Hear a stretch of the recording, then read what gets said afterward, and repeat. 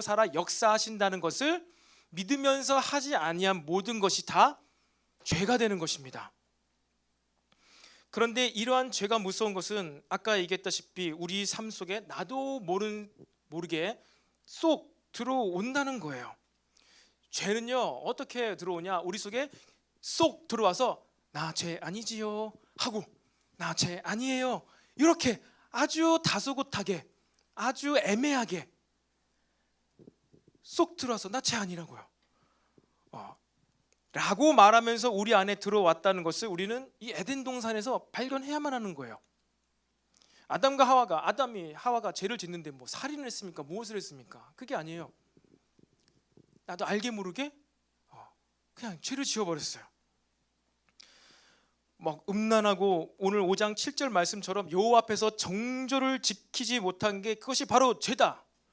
죄이긴 하죠. 하지만 이미 이 하나님 여호와 하나님 앞에서 종교를 지키지 못하고 사생활을 낳고 있는 이 이스라엘 백성의 상태는요, 그들은 이미 이 죄로부터 돌이킬 수가 없는 상태가 돼버린 거예요. 그 전에 무엇이 들어왔다는 거예요? 죄가 아닌 것처럼 보이는 죄가 들어온 거예요. 애매한 게 들어온 것입니다. 그러니까 이 호세아 시대 약 700 BC 700년대죠. 그러니까 BC 한 1000년부터 이 700년까지 300년이 흐르면서 그 가족들이 조상들이 행해왔던 이것이 죄인가? 이것이 죄가 아닌가? 굳이 우리가 이 예루살렘 성전에까지 가서 제사를 드려야 하는가? 예배를 드려야 하는가? 여기도 산당이 많은데 우리 여기서 제사하면 어떤가? 그래서 군데군데 보면 이스라엘 백성들이요, 자신들의 어떠한 너무 멀리 있기 때문에 이 성전에서 멀리 살기 때문에 가까이 산당에서 예배를 드리는 때가 있었습니다. 그런데 성경은 그것을 무엇이라고 평가하냐면은 그들이 마음에 좋은 대로 그들이 편리함을 위해서 산당에 가서 제사를 드렸다, 예배를 드렸다, 그렇게 이야기하고 있습니다. 어디서 들은지 괜찮죠. 좋습니다. 하나님께서 허락하셨어요. 그런데 그것이 시간이 지나가니까 어떻게 돼요? 매년 절기마다 예루살렘 성전에 와서 제사를 해야 되는데 이제는 그들이 습관처럼 편리함을 위해서 자기 집에서 가까운 산당에 가서 여호와 하나님께 예배를 드렸지만, 제사를 드렸지만 그들이 목적은 무엇이었어요? 편리함이었어요. 그 죄인지 몰랐던 거예요. 포로가 되기 전에, 아수르 제국이 멸망하기 전에 이스라엘 백성의 예배 생활이, 제사 문화가 이랬다는 거예요. 제사할 수 있어요. 거기서 예배 드릴 수 있어요. 있는데 목적이 그 마음에 본인도 스스로 속이고 있는 무엇이 있었다고요? 편리함을 추구하는 거. 그러니까 모르는 거예요. 죄인지 모르고 그들이 계속 그렇게 수십 년째 조상 대대로 그렇게 제사를 드려왔으니까 이 자녀 세대 다음 세대들은요, 감동도 없는데 임재도 없는데 그냥 그렇게 해왔으니까 제사를 드리는 거예요. 그러니까 알고 보니 편리함을 위해서 그냥 그렇게 드렸던 건데, 그러니까 뭐예요? 하나님과 교제가 안 돼요. 돌이켜지지가 않고 때에 따라서는 참나무, 버든나무, 상수리나무 가서 거기서 예배를 드리는 것이죠.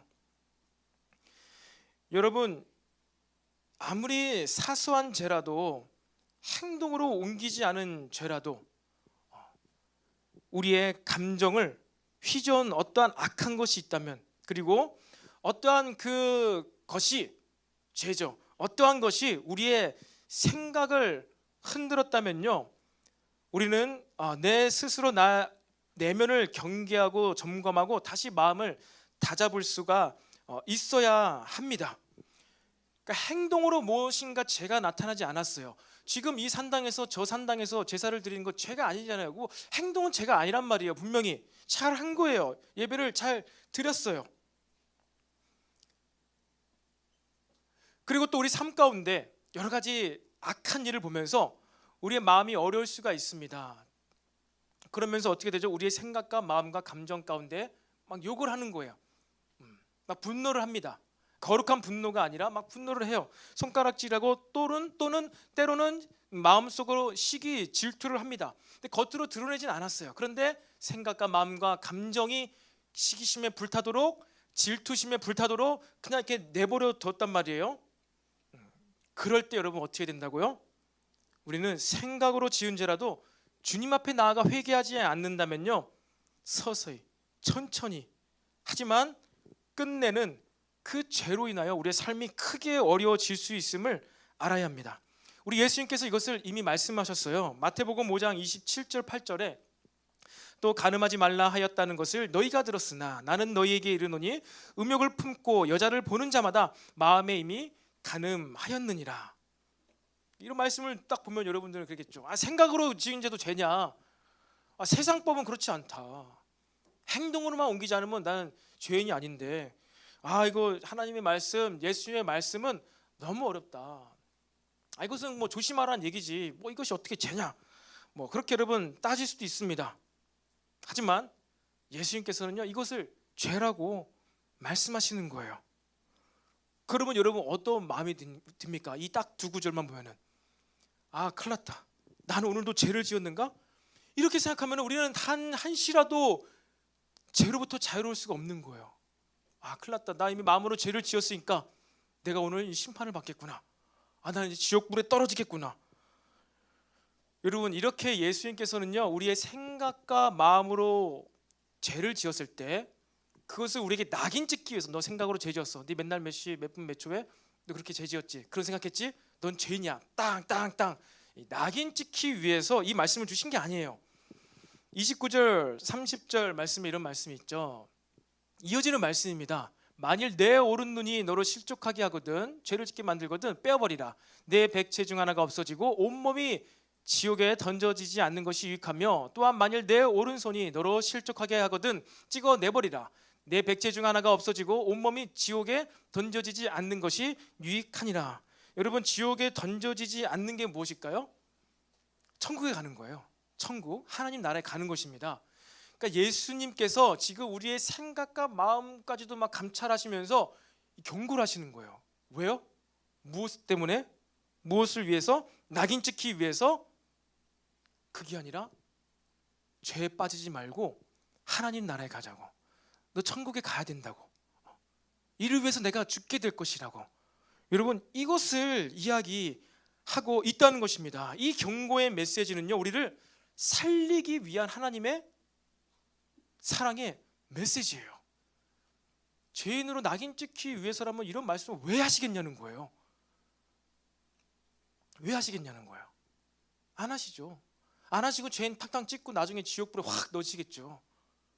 하시잖아요. 말씀을 하시잖아요. 왜 하신다고요? 우리를 천국 보내주기 위해서. 더 나아가서 우리에게 죄와 선, 의가 무엇인지 구분짓게 하셔서 우리가 진짜 행복하고 진짜 옳은 바른 기쁨을 느끼게 해 주시기 위해서 이러한 말씀을 해 주셨다는 것을 여러분 믿으시기를 바랍니다. 예수님의 저 말씀은 그 길로 가면 네가 지금 생각과 마음조차도 계속해서 회개하고 하나님 앞에 구하며 나아가지 않는다면은 너는 절벽 아래로 떨어질 수밖에 없어.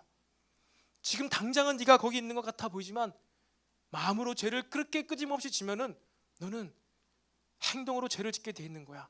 그러면 안 돼. 회개해야 돼. 마음을 돌이켜야 돼. 사는 길로 가야 돼. 생각과 마음까지도 지켜야 돼.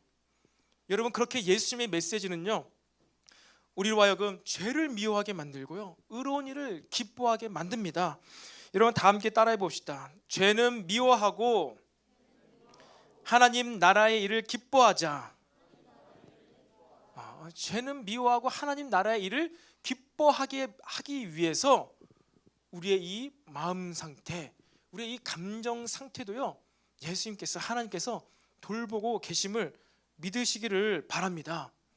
우리가 어떻게 성공하고 시험 100점 맞고 어떠한 이런 거 성취하고 이뤄내는 것 이전에 하나님께서는요 예수님께서는요 먼저 우리의 마음을 살피고 계세요. 우리 영혼을 살피고 계신 거예요. 왜? 그것이 영원한 것이기 때문에. 영원한 것이기 때문에 우리 예수님께서는요 영원한 것을 우리에게 먼저 주십니다. 영생을 우리에게 주셔요.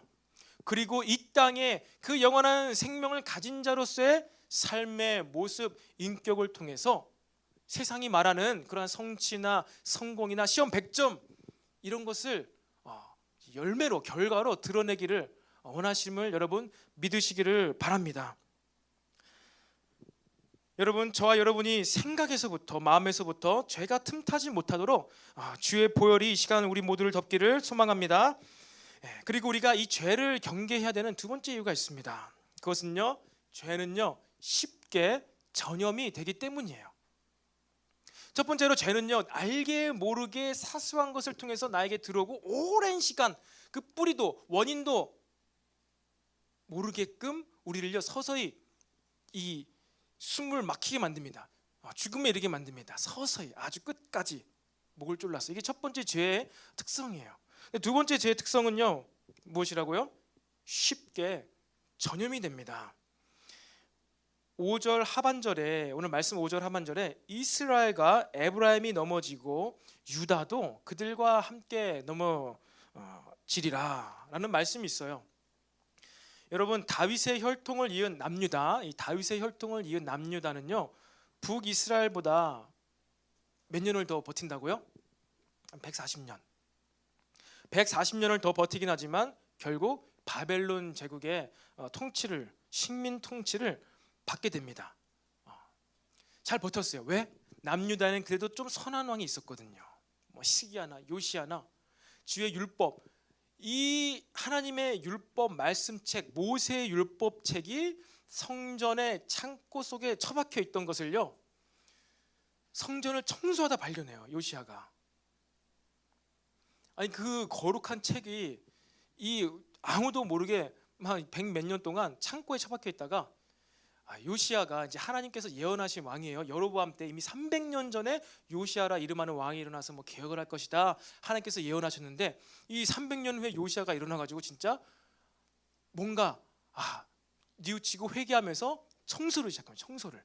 청소하다가 저기 구석에 먼지 쌓여서 짱 박혀 있던 율법책을 발견하고 그 모세 율법을 읽으면서 우리가 이렇게 지금 그냥 이게 삶인 줄 알고 살아왔는데 이것이 죄였구나.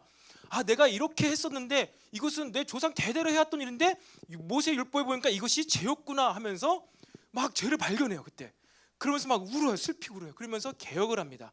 말씀으로 개혁을 해요. 그것 때문에 남유다에서는요 북이스라엘보다 잘한 것 하나 없어요. 하나 있다면은 딱 이거예요. 중간중간 죄를 제거했던 왕들이 있었어요. 모세 율법, 하나님의 율법으로 그 나라의 문제를 해결한 게 아니에요. 나라의 문제를 해결하고 경제활동, 무역을 잘하고 정치를 잘해서 140년을 더 버틴 것이 아니라 어떻게 했다고요? 모세 율법책을 발견해서 죄를 제거했어요. 죄를 제거했더니 하나님의 심판이 유보되는 거예요. 그런데 그렇게 버티던 남유다도 결국 멸망하게 됩니다. 그리고 그가 멸망하게 된 이유는요 이스라엘과 에브라임이 넘어지고 유다도 그들과 함께 넘어졌대요. 함께. 그러니까 북이스라엘이 지은 어떠한 죄가 있었는데 그것을 남유다가 따라했어요.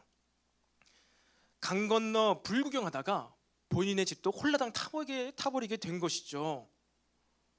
여러분, 남유다는요 북이스라엘이 아수르 제국의 공격을 받아가지고요 어떻게 비참하게 이 포로가 되었는지를 아마 이야기를 들었을 거예요.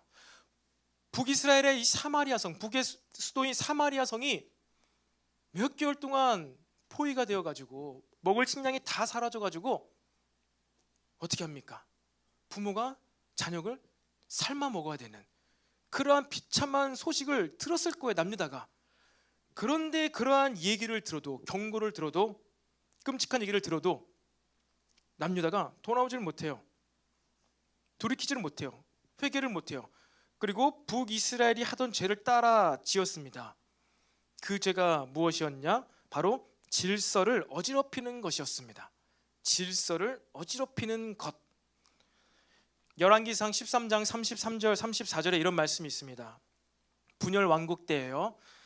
여로보암이 이 일 후에도 그의 악한 길에서 떠나 돌이키지 아니하고 이 르호보암을 대적해서 남유다 손절하고 북이스라엘의 사마리아의 성을, 나라를 세웠던 초대 북이스라엘 왕이죠. 여로보암이 다시 일반 백성을 산당의 제사장으로 삼되 누구든지 자원하면 그 사람을 산당의 제사장으로 삼았으므로 이 일이 여로보암 집의 죄가 되어 그 집이 땅 위에서 끊어져 멸망하게 되니라.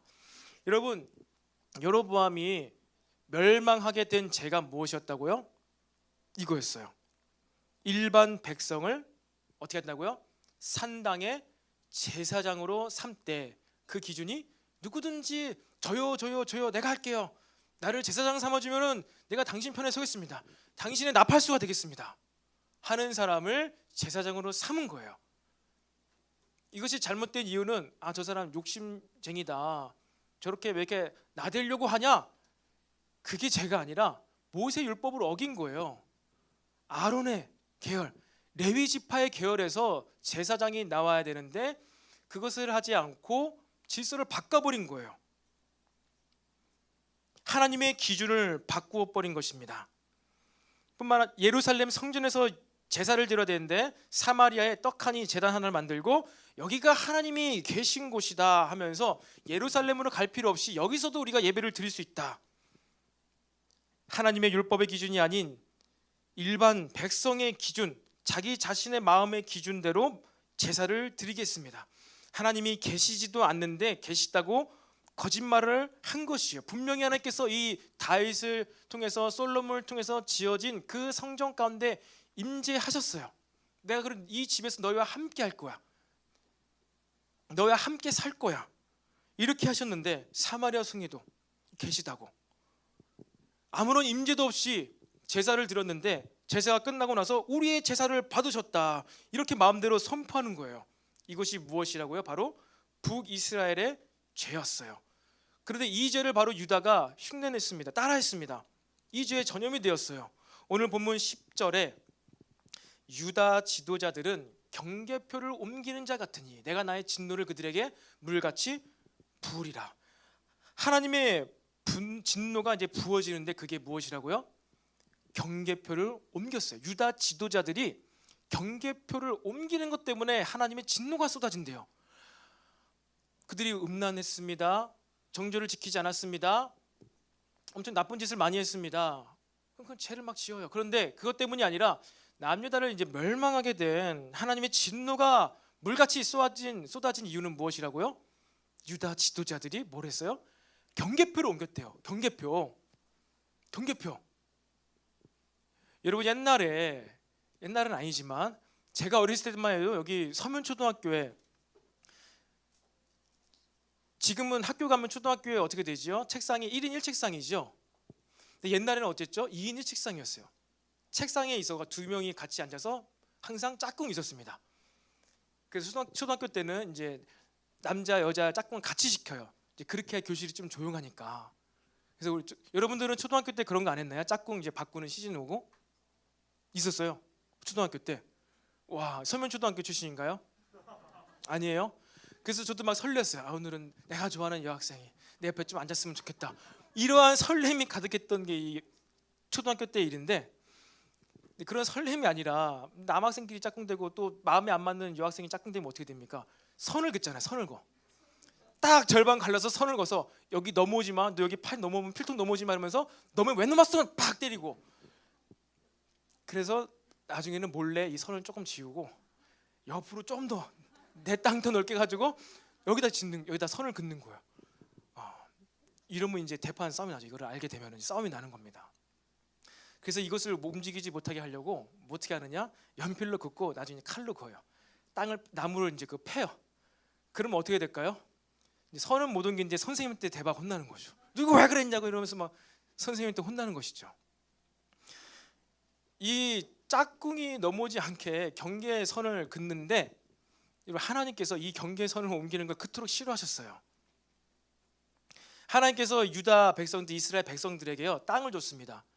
이 12지파가 얼마나 하나님 말씀에 순종해서 전투하고 땅을 밟은 거에 따라서 상급으로, 하늘의 상급으로, 그러니까 은사입니다. 달란트입니다. 상급으로 어디서부터 어디까지 다 땅을 주었어요. 여러분 알잖아요. 12지파 알지도 못하는 알록달록한 색깔로 인터넷에 검색해 보면은 뭐 스불론 지파, 므낫세 지파, 남유다 지파, 아셀 지파 이렇게 다 있잖아요. 그리고 각 가정별로도 다 땅을 주었는데 남유다 지도자들이 무엇을 했어요? 이때 타락하니까 자신의 욕심에 따라서, 자신의 이익에 따라서 하나님께서 정해주신 이 땅의 영역을요 몰래 가서 밤에 바꾸는 거예요. 그 돌로서 딱 어떠한 가문에 땅이 다 정해져 있었는데 지도자들이 가가지고 몰래 가서 이 영역을 넓히고 오는 거예요. 밤마다. 좀 넓힐 수도 있죠. 좀 욕심이 많은 사람들, 더 배부르고 싶은 사람 욕심이 있죠. 근데 이 돌 옮겼다고 하나님께서 막 진노를 쏟아붓고 그 화를 돌이키지 아니하시고, 하나님 이렇게 쪼잔하시냐? 아니 사람을 죽였어? 뭐 간음죄를 지었어? 돌 하나 옮겼다고 그것 때문에 이 남유다가 멸망하게 되는 이 일이 발생된 거예요. 여러분 어떻습니까? 여러분이 생각하는 죄의 영역과 하나님이 죄로 여기는 것이 같습니까? 다릅니까? 여러분은 어떠한 것에 있어서 어떠한 나의 삶을 돌아보았을 때 내가 어떠한 행동을 할 때 죄로 인하여 아파하고 있습니까? 그것이 진짜 하나님께서 슬퍼하신 죄가 맞습니까? 이 땅의 경계는요 하나님께서 질서로 주신 거예요. 하나님의 뜻과 계획 가운데 남유다 땅에 베들레헴에서 메시아가 탄생하기 위해서 이런 모든 것들을 다 하나님께서 계획하시고 작정하시고 해가지고 땅을 주셨는데 뭐 이것을 그들이 알았겠어요? 기독론이 그때는 없었죠. 예수님 몰랐죠. 그러니까 그냥 나 좀 배고파, 내가 더 먹어야 돼, 이번엔 자신의 기준대로 돌을 옮겨서 땅의 경계표를 바꾸는 거예요. 자신의 마음대로 바꿔버려요. 이것으로 하나님의 진노를 사게 되었습니다. 질서를 어지럽히는 이러한 죄는요 쉽게 전염이 돼요. 이 죄는요 남유다부터 시작된 것이 아니에요. 북이스라엘의 여로보암이 르호보암의 권위에 대적해서 북이스라엘을 세울 때 시작된 거였어요. 적동인 남유다를 대적해서 북이스라엘을 세웠는데 질서가 없는 거예요. 그 질서의 원천이 남유다였어요. 그러니까 새로운 질서를 만들어야 돼요. 제단을 하나 새로 만들어야 돼요. 자신의 마음대로 행할 수 있는 제사장들을 삼아야 돼요. 하나님의 질서를 어긴 거예요. 왜 좀 하고 싶다는 사람 왜 세워주면 안 되냐? 그것 때문에 어떻게 여로보암의 가문을 멸망케 만드시냐? 하나님 너무 자비가 없다. 근데 하나님은 제일 싫어하는 게 그거예요. 질서를 어지럽히는 거. 그리고 그것을 한 200~300년이 흐르니까 어떻게 돼요? 남유다도 서서히 바로 이 죄, 질서를 어지럽히는 죄. 이거 내가 질서 조금만 바꾸면은 내가 돈을 더 많이 벌게 되는 거예요. 나는 지금까지 이렇게 살아왔는데 되게 어리석었다. 내가 왜 굳이 이렇게 살았을까? 이거 큰 죄도 아닌 것 같고 조금 시간 이렇게 하는 건데, 하나님께서 싫어하시는 것이 바로 그거예요. 하나님께 묻지도 않고 내 삶에 이러한 질서가 있어서 이렇게 살아왔는데 이 질서 안에서 하나님께서 나를 통해서 하실 일이 무엇이고 나를 통해서 무엇을 원하시는지는 관심이 전혀 없고, 하나님 좀 내가 이렇게 하는 거, 질서 좀 바꾸는 거, 내가 있어야 될 공간, 장소, 시간을 좀 바꾸는 거, 내 편에 따라서 이렇게 해야지 내가 좀 더 돈을 많이 벌 수 있어요. 이렇게 해야지 내가 좀 더 공부를 많이 할 수 있어요. 이런 것을요 사소한 것이지만요 물어보지 않는 거예요. 묻지 않는 거예요. 남유다도 물어봤어야죠. 하나님께서 우리 조상 대대로 이 경계표를 주셨는데 왜 주셨을까? 왜 이렇게 하나님께서 이것에 대해서는 왜 이렇게 준엄하게 명령을 하셨을까? 물어봐야죠. 기도를 해야죠. 그럼 하나님께서 말씀하셨겠죠. 이것은 다 나의 뜻과 계획이 있다. 이를 통해 메시아가 갈 거다. 이 땅 가운데서 메시아가 갈 거야. 네 이 땅을 만지면 안 돼. 그렇군요. 메시아 그분이 오시나, 우리의 호흡 메시아가 오시는군요. 알겠습니다. 제가 이거 경계표 좀 내 배를 불리려고 했던 이 경계표 옮기지 않겠습니다. 다시 원복하겠습니다. 이렇게라도 했을 텐데 이미 그런 시기는 지나갔죠. 이때는 아담과 하와가 죄를 지은 것도요 바로 이러한 죄였어요. 하나님께서 이것을 먹으면 정령 죽게 될 거야. 말씀의 질서입니다. 질서예요. 그런데 뱀이 안 죽게 돼. 하나님처럼 될 거야 라고 유혹을 합니다. 지금의 질서 안에서도, 지금의 라이프 스타일 안에서도 충분히 행복하고 기쁘게 전혀 부족함 없이 살아갈 수가 있는데, 유혹을 받으니까 새로운 질서를 발견한 거야. 이걸 먹으면, 이렇게 살면 내가 더 많은 유익을 얻을 수 있네. 지금도 내가 하나님께서 허락하신 수백만 가지의 과일과 채소를 먹을 수 있는 것은 돌아보지도 않고 새로운 질서 속으로 들어가게 된 거예요. 새로운 질서, 그것이 영원한 생명으로부터 끊어지게 되는 비참한 결과를 맞게 되었습니다. 하와가 살인죄를 지었습니까? 하와가 뭐 하나님에 향해서 욕했습니까? 아니에요. 인류의 최초의 범죄는요, 질서를 벗어난 거예요. 하나님이 주신 질서를 벗어난 게 바로 인류에게 시작된 죄였습니다. 영원한 죽음인데 그것이 영원한 행복이라고 거짓 알려준 사단의 유혹에 넘어간 거였어요. 여러분, 올해 서울광장에서요 3년 만에 퀴어 축제가 열린다고 합니다. 그동안 코로나로 이제 시행되지 못했다가 올해 7월 21일인가요? 열흘 동안 신청을 했는데 오세훈 시장이 하루만 이제 허락을 했는데, 여러분, 퀴어라는 뜻은요 이상한, 기이한이라는 뜻을 가지고 있습니다. 그런데 퀴어 축제, 퀴어 페스티벌 무엇입니까? 퀴어라는 단어 자체는요 이상한, 기이한이에요. 부정적인 단어예요. 근데 축제는 무엇입니까? 행복하고 기쁘고, 축제잖아요 말 그대로. 그 단어에, 이 부정적인 단어에 축제라는 단어를 붙였어요. 그것은 무엇이에요? 기이하고 이상해도 즐길 수가 있다, 행복할 수가 있다는 것이 바로 퀴어 축제의 메시지예요. 그들이 스스로 정체성을 드러낸 거예요. 디퍼런트 페스티벌, 이런 디퍼런트 축제가 아니라 우리 다름이다, 다른 걸 인정해줘, 다른 축제가 아니라 그들이 자기 입으로 얘기하잖아요. 이건 기이한 거라고, 이상한 거라고, 정상이 아니라는 거예요. 비정상이라는 거예요, 퀴어란 뜻이. 그런데 비정상이어도 기이해도 행복할 수 있다는 거예요. 기쁠 수가 있다는 거예요. 하나님께서는요 성적인 관계는 남자와 여자와만요 허락하게 해주셨습니다. 여러분, 같은 동성끼리 성적인 관계를 맺는 것을 하나님께서는 금지하셨어요. 여러분, 동성애는요 남자가 남자와 여자가 사랑하는 것이 동성애라고 하지 않습니다. 그러니까 이 같은 동성끼리 사랑을 할 수 있죠. 여러분이 지금 매일 성경 큐티를 하고 있잖아요. 누가 서로 사랑하고 있습니까? 지금 여러분 큐티의 이야기 가운데 누구? 입도 맞춘 자가 나와요. 물론 그때 당시 인사입니다. 누구요? 다윗과 요나단. 그래서 퀴어 신학자들이 다윗과 요나단이 동성애자였다고 말합니다. 여러분, 부활하신 예수님께서 베드로, 배신하고 떠나가 버린 베드로에게 뭐라고 말씀하시죠?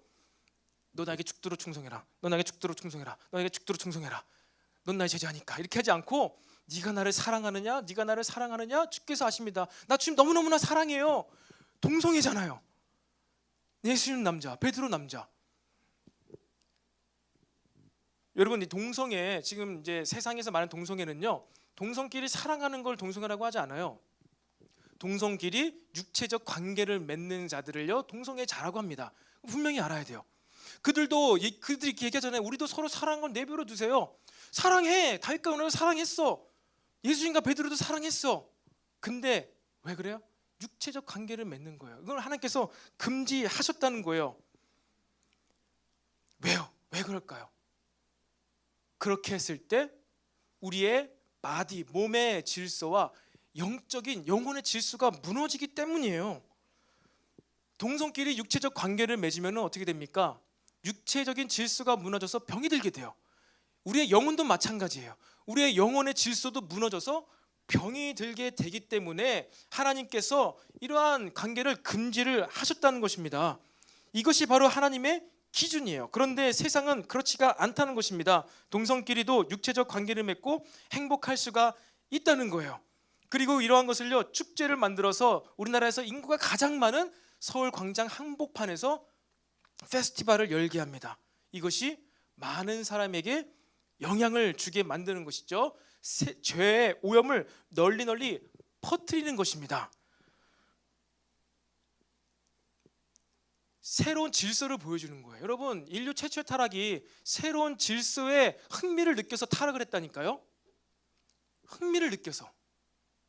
그러니까 자꾸만 하나님의 질서에서 어긋난 것을 흥미롭게 만들어서 막 보여, 미디어에 뿌려, 드라마에 뿌려. 그럼 어떻게 돼요? 흥미를 느껴요. 그리고 그 질서로 나도 한번 들어가 볼까? 내가 지금까지 너무나 전통적으로 고리타분하게 아주 답답한 질서에서 살았는데 저건 좀 더 자유로워 보이는 것 같아. 흥미로워 보여. 그리고 그 안에 쏙 들어가는 죄를, 북이스라엘은요 그 나라가 시작될 때부터 그렇게 죄를 지었고, 남유다는 망하기 이때가 한 140년 전입니다. 호세아서 지나고 나서 바로 북이스라엘 멸망하니까 남유다는요 자신 마음대로 질서를 만드는 것이 망하기 140년 전에 새로운 질서, 땅의 경계표를 옮기는 질서를 해쳤던 거예요. 여러분, 지난 6월 15일 얼마 전이죠. 6월 15일에 버즈 라이트이어란 애니메이션이 개봉이 되었습니다. 여러분, 버즈 라이트이어, 여러분 혹시 토이스토리 아시나요? 애니메이션, 3D 애니메이션, 제가 어릴 때 봤던 영화인데요, 너무 재밌게 봤어요. 토이스토리. 거기에 나오는 한 명의 캐릭터였습니다. 지가 진짜 우주 비행사인지 알고 착각하면서 상상 속의 삶을 살았던, 삶이 아니죠, 인형이었는데, 버즈 라이트이어가 있는데 우주 비행사인데 이제 얘가 이제 주인공으로 나온 애니메이션이에요. 그런데 이 버즈 라이트이어의 목소리를 누가 성우를 했느냐? 사진 한번 띄워주시죠. 누구지요? 네, 크리스 에반스입니다. 우리 캡틴 아메리카요. 캡틴 아메리카, 설국 열차에서 나오는, 그리고 캡틴 아메리카, 우리의 크리스 에반스입니다. 이 사람이 이제 버즈 라이트이어의 목소리를 냈는데요, 성우를 했는데요, 그 사람이 이제 이 버즈 라이트이어 애니메이션 개봉하고 나서 어떤 기독교 단체에서, 보수 단체에서 어떤 막 목소리를 냈어요. 이제 비판의 목소리를 냈습니다. 이 애니메이션 향해서. 그 이야기를 듣고 이 크리스 에반슨이 이런 얘기를 했어요. 제가 먼저 영어로 좀 하겠습니다. 잘 들어보세요. The real, 아까 전에 이제 특송을 할 때 보니까 저는 깜짝 놀랐어요. 저는 순간 이제 MP3를 튼 줄 알아서 갑자기 어디서 무슨 소리지 하고 봤는데 이 선생님 앞에서 제가 영어를 하니까 갑자기, 네. The real truth is those people are idiots. Every time there's been social advancement as we wake up, the American story, the human story is one of the constant social awakening and growth, and that's what makes us good. 무슨 얘기인지 모르시겠죠? 해석하면 이런 거예요. 진정한 진실은 그 사람들이 멍청이라는 거예요. 우리가 각성함에 따라 항상 사회적 진보가 있었어요. 이 각성이 무슨 각성인지 모르겠지만 미국의 이야기, 인간의 이야기는 항상 사회적인 깨어남과 성장 이야기였어요. 그게 우리를 선하게 만드는 거죠. 각성하고 못 보던 것을 보면서 뭐예요? 깨어나요. 그게 성장이라는 거예요. 그러면 선해진다는 거예요. 아담과 하와가 선악과는 보지도 않았어요. 근데 사탄이 그걸 보게 만드는 거야. 보암직도 하고 먹음직도 만드는, 각성을 시켜준 거예요. 마지막 사진 하나 더 보여주겠습니다. 이 장면을 보고서 기독교 단체가 막 비판의 메시지를 던진 거예요. 여러분 무슨 장면 같아 보이나요? 네? 잠깐만 불 한번 꺼보시겠어요? 네. 한 화목해 보이는 가정이 등장합니다. 보이죠? 하얀색 옷 입은 단발머리 여성이 엄마 같아 보이고, 이제 자녀 같아 보이죠, 아들 같아 보이죠. 그리고 경찰관 제복을 입었어요. 누구이죠? 남자입니까, 여자입니까? 여자예요. 그러니까 엄마만 2명인 거예요. 그러니까 페런츠 1, 페런츠 2예요. 네, 불 켜주시고요. 그리고 이 바로 다음 장면에서 두 사람이 키스를 합니다. 그리고 이게 전 세대 연령 관람가 영화예요. 이거에 대해서 막 비판의 소리를 내니까 버즈 라이트이어가 이어의 목소리를 낸 크리스 에반슨이, 우리의 캡틴 아메리카가, 지금 타노스랑 싸워도 지금 부족할 판에 기독교 단체랑 싸우고 있는 거예요. 그때 타노스랑 싸워서 이렇게 해야지 왜 여기 와가지고 막 기독교 단체랑 싸우면서 이런 목소리를 내는 기독교 단체가 멍청이다. 우리가 각성하고 새로운 질서 이런 것을 발견하면서 우리가 더 선을 이루어가는데 이것도 모르다니 쯧쯧쯧. 이것을 보면서 제가 쯧쯧쯧 그랬죠. 여러분, 우리의 행복과 기쁨이 어디로부터 옵니까? 하나님과의 교제 가운데부터 옵니다. 하나님께서 허락하신 순리대로, 그 질서대로 살아갈 때 우리는 기쁨과 행복 가운데 영혼육의 건강함을 누리며 삶을 살아갈 수가 있습니다. 우리의 삶이 어려워지고 문제가 생기고 질병이 걸리는 건요, 하나님을 떠났기 때문이에요. 지지난 시간에 얘기하지 않았습니까? 우리 인류가 900년 동안 영원히 살 수 있는 존재였는데 900세로 수명이 줄었는데, 아마도 그때는 치아가 어떻게 했다고요? 한 번 낳고 끝이 아니라 계속 낳았다고요. 치아가 엄청난 존재였단 말이에요. 치아가. 그리고 900년 동안 살았어요. 그리고 생각해 보세요, 여러분들. 지금 여러분 최근에 돌아간 죽은 이회수란 그 선생인가요? 작가인가요? 작가죠. 그 사람 보니까 졸혼을 하셨더라고요. 졸혼이 무엇입니까? 결혼을 졸업하다예요. 여러분들 아직 결혼도 안 했기 때문에 이거 무슨 얘기야? 이렇게 생각하시는데, 뭐 몇 년 전에 결혼을 졸업을 하셨대요. 한 60년 같이 살다 보니까 자녀도 다 키우고 나니까 이제 뭐예요? 서로에게 얽매기 싫은 거예요. 나 편하게 살고 싶다는 거예요. 그래서 60이 넘어서 70이 넘어서 80이 넘어서 결혼을 졸업을 한대. 누가 만든 거예요? 지겹다 이거죠. 60년 같이 살았으니까. 근데 여러분, 한 사람이랑 60년 살면 지겨워서 헤어져야 되나요? 여러분, 아담과 하와는요 아마도 900년을 부부로 살았을 거예요. 900년. 여러분, 우리는 900년을 같은 사람과 같이 살아도 살 수 있다. 행복하게 살 수 있다. 즐겁게 살 수 있다. 사실 하나님께서는 아담과 하와를 영원히 같이 행복하게 서로 도우면서 살 수 있도록 만드셨어요. 그런데 어떻습니까? 지금 이 세대는 60년 살면은 이제 지겨워서 졸혼을 해야 되고, 그걸 60년이나 살면 다행이죠. 몇 년 살면 지겨워져. 이성교제 하면서도 1년을 못 넘기는 사람들이 있습니까, 여러분들? 하나님의 질서를 떠났기 때문이에요. 세상 질서 가운데 들어가서 행복을 찾고 뭘 찾고 하니까 행복하지 않은 거예요. 그렇다고 하잖아요, 여러분들. 이 사랑에 콩깍지가 씌워서 화학적 호르몬이 나오면 어떻게 된다고요? 한 1년인가요? 까지는요, 그 사람이 너무 예뻐 보인대요. 사랑스러워 보인대요. 이게 과학적으로 밝혀졌어요. 근데 1년이 지나면은 이제 그 호르몬이 좀 이제 잘 안 나와서 상대방에게 있는 감췄던 모습이 원래는 있었는데 이제 보이기 시작하는 거예요. 그러면서 싸워요. 이렇게 외모만으로 보았을 때는 우리의 행복은 1년을 넘기가 쉽지가 않다. 이것은 제가 경험을 했습니다. 경험을 했어요. 제가 지금은 그래도 조금 피부가 나아졌는데, 연애하고 결혼할 당시에 얼굴에 여드름이 많았어요. 진짜 사모님 얘기하는 거예요. 네, 사모님 시리가 대신 얘기해줬네요. 네. 아니, 나랑 교제할 때는 얼굴에 여드름이 안 보였다는 거예요. 내가 왜 이것을 못 봤을까? 막 내 얼굴에 연고를 발라주면서 내가 이것을 그때 왜 못 봤을까? 막 이러는 거예요. 그리고 자기는 니폰 스타일의 남자를 좋아하는데 나 완전 코리안 스타일인데 내가 왜 그걸 몰랐을까? 이러는 거예요. 와, 여러분, 그렇게 됩니다. 그런데 만약에 이것 하나만으로 행복을 느끼려고 했다면은 1년을 넘기기 힘들어요. 1년을 넘기기 힘들어요. 그리고 상대방의 가정 백그라운드를 보고 결혼했다면요, 그 가정이 이제 그 부모님이 돌아가실 때가 되고 재산이 다 없어지기 때 되면요, 또 그때 삶의 어려움이 나타날 수가 있습니다. 외모 행복할 것 같아. 상대 배우자의 집에 백그라운드 좋으면, 돈 많으면은 행복할 것 같아. 그게 아니라는 거예요. 아니라는 거예요. 지금 여러분들이 하나님을 떠나 거짓 행복, 거짓 기쁨을 누리고 있는 것이 무엇이 있습니까? 그것이 비록 이 땅의 법에서는 죄가 아닐지라도 하나님 보시기엔 죄가 될 수 있음을 기억하시기를 바랍니다. 그리고 알게 모르게 그 죄는요, 저와 여러분의 삶에 오랜 시간 동안 자리를 잡으면서 조금씩 여러분들을 행복하지 않게, 그래서 다른 질서 가운데 들어가서 행복을 찾도록 유혹을 하게 만든다는 것이죠.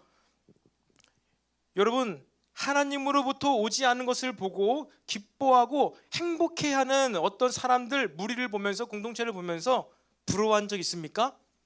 부러워하면 어떻게 된다고요? 지는 거예요. 여러분, 영적 전쟁 외치지만 오늘 막 이렇게 열심히 기도하고 내일 딱 출근해서 나 금토일 제주도 여행 갔다 왔어 라는 이야기를 하는 직장 동료 얘기를 딱 듣고 나는 어제 밤늦게까지 훈련받고 성경 공부하고 막 그러고 왔는데 와 쟤는 이제 금토일 3일을 쉬는구나. 죄 아니죠? 근데 부러우면 어떻게 된다고요? 지는 거예요. 아무리 성경 지식을 다 배워봤자 순간 여러분의 행복이 다른 질서 안에서 막 부러워하고 있어. 지는 거예요. 그때 여러분들 무엇을 해야 돼요? 난 네가 어제 느끼지 못한 그 영적인 충만한 가운데 내 삶을 돌아보고 하나님께 사랑 고백을 했고 내 마음이 뜨거워졌어. 그것으로 여러분 대적해야 돼요. 즐거움은 즐거움으로 대적해야 돼요. 그래 너는 그렇게 펑펑 놀아라. 나는 전사인가 성경 공부하면서 성경 박사 돼야지. 박사기를 딸까? 내가 너를 짓밟아 버리리라 박사기로. 이건 아니에요. 이거 아니에요. 종교인이 되는 것이지요.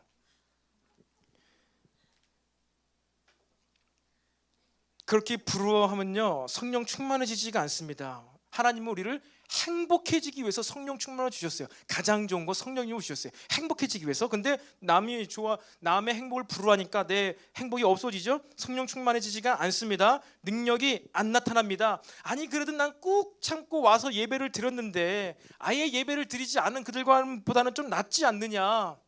그래도 내가 꾹 참고라도 어금니 꽉 깨물고라도 이 언제 끝날지 모르는 설교 말씀을 듣는 거 하나님께서 좀 기뻐해 주시지 않을까, 이뻐해 주시지 않을까. 그래서 내가 가지고 있는 10개의 기도 제목 중 하나를 들어주시지 않을까. 여러분 그게 바로 바리새인들이었어요. 그게 바로 서기관들이었습니다. 그래도 내가 저들보다 낫지 않습니까? 일주일에 2번이나 금식하고 11조도 내고 내가 저 성전을 향해서 손들고 기도하고 있는 나는 저 세리와 창녀들보다는 낫지 않습니까? 날 좀 이뻐해 주세요. 하나님의 관심사, 고아와 과부와 병든 자를 돌보는 건 아무 관심 없고 자신의 유익과 안위를 위해서 행위를 하는 자들, 그들이 바로 예수님께 혼이 났던 바리새인들과 종교인들입니다. 그러한 종교인들로 꽉 찬 공동체는 가난과 질병과 어둠만 가득해집니다.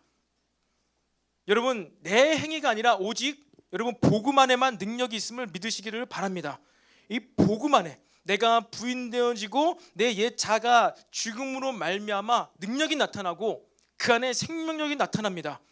여러분이 그래서 복음 안에 있을 때 진정한 생명의 빛, 참된 행복이 부어지는 줄로 믿으시기를 바랍니다. 차한단 앞으로 나오시겠습니다. 사랑하는 청년 여러분, 오늘 여러분이 말씀을 듣고 깨달았어요. 이제 여러분에게 주어진 역할은 무엇입니까? 내가 이제 나의 감정을 어떻게 반응해야 될까? 이전과 같이 내가 그냥 느끼는 대로 생각나는 대로 생각을 하고 느끼는 대로 막 마음을 내어주지 않고 이렇구나, 이게 말씀이 있구나, 이 말씀에 깨달은 것에 이제 여러분의 역할은 여러분의 감정을 마음을 반응케 하는 것입니다. 그리고 더 나아가서 여러분의 행동을 그 변화된 감정, 변화된 마음에 따라서 행동을 하는 데까지 반드시 나아가시기를 바랍니다. 여기서 제가 여러분에게 행동 방법, 행동 양식을 다 알려주면은 아주 좋은 기독교 인문학 강의가 될 거예요. 하지만 우리는 오늘 예배의 시간, 말씀의 시간이잖아요. 여러분이 말씀을 듣고 기도하며 또 찬양하며 기도하며 간절히 부르짖고 한참 기도하다가 부르짖다가 이제 주님의 임재 가운데 들어가서 주변에서 들리는 노랫소리와 기도소리 무슨 소리인지 모르겠지만 그 소리 안에서 하나님의 음성을 듣고자 할 때, 듣는 기도를 할 때 여러분 하나님께서 방법을 알려주실 거예요. 그게 우리가 이 시대의 지성주의자들, 인문학을 막 엄청 이제 막 추앙하는 그런 시대인데, 그런 인문학자들, 지식인들을 이길 수 있는 신지식인들이죠. 새로운 신이 아니라 신입니다. 신지식인, 하나님의 지식, 하나님의 방법으로 삶을 살아가는 자들이 된다는 거예요. 여러분 듣게 되시기를 바랍니다. 그래야지 우리가 세상을 이길 수 있어요. 부러워하지 않을 수 있어요. 제가 해주는 말 듣고 여러분이 어떻게 안 부러워하겠습니까? 또 부러워해요. 하지만 하나님께서 분명히 낙인 찢듯이 여러분에게 들려주시는 그 음성, 그 마음들, 양심의 울림들, 그것을 여러분 각자가 듣게 될 때 여러분들은 세상 가운데서도 승리하며 살아갈 수가 있을 것입니다. 오늘 말씀 마무리도 그렇잖아요. 경고하시지만 6장 초반에 무엇이 나옵니까? 둘째 날에는 우리를 살리시고 셋째 날에는 우리를 일으키시리로다. 기독론이에요. 호세아는 몰랐는데 그가 하나님의 음성을 듣고 하나님 임재 가운데 젖어드니까 하나님께서 우리를 어떻게 회복시키실지를 이야기를 하게 된 거예요. 선포를 하게 된 거예요. 이틀 후에 3일 후에 이거는요, 날짜를 이야기하기도 하지만 아주 오래 지나지 않아서입니다. 오래 지나지 않아서예요. 새벽빛이 비춰지게 되고 비가 오고 늦은 비가 온다고 회복한다고 말씀하십니다. 여러분, 이것은 무슨 뜻일까요? 새벽빛을 막을 수 있는 자가 있습니까? 새벽빛, 아침 햇살을 막을 수 있는 존재가 있을까요? 아무도 못 막아요. 시간이 흘러가면 반드시 새벽이 찾아오고 빛이 비춰집니다. 그리고 늦은 비는요, 어떤 비냐면요, 이스라엘 땅 가운데서는 반드시 오는 비예요. 반드시 딱 그때가 되면 오는 비가 늦은 비입니다. 근데 언제 오나 안 올 것 같은데 하는데 불구하고 반드시 오는 비가 늦은 비예요. 밤이 너무 깊어서 칠흑 같은 어둠이 끝나지 않을 것 같은데 새벽빛은 반드시 비칩니다.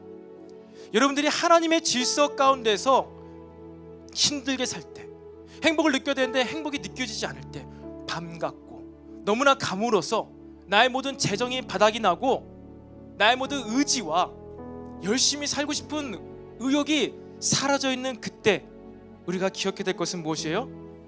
얼마 지나지 않아 반드시 부르짖는 자는 이틀 후에는 하나님께서 우리를 살리신다. 이거 회복시키신다는 거예요.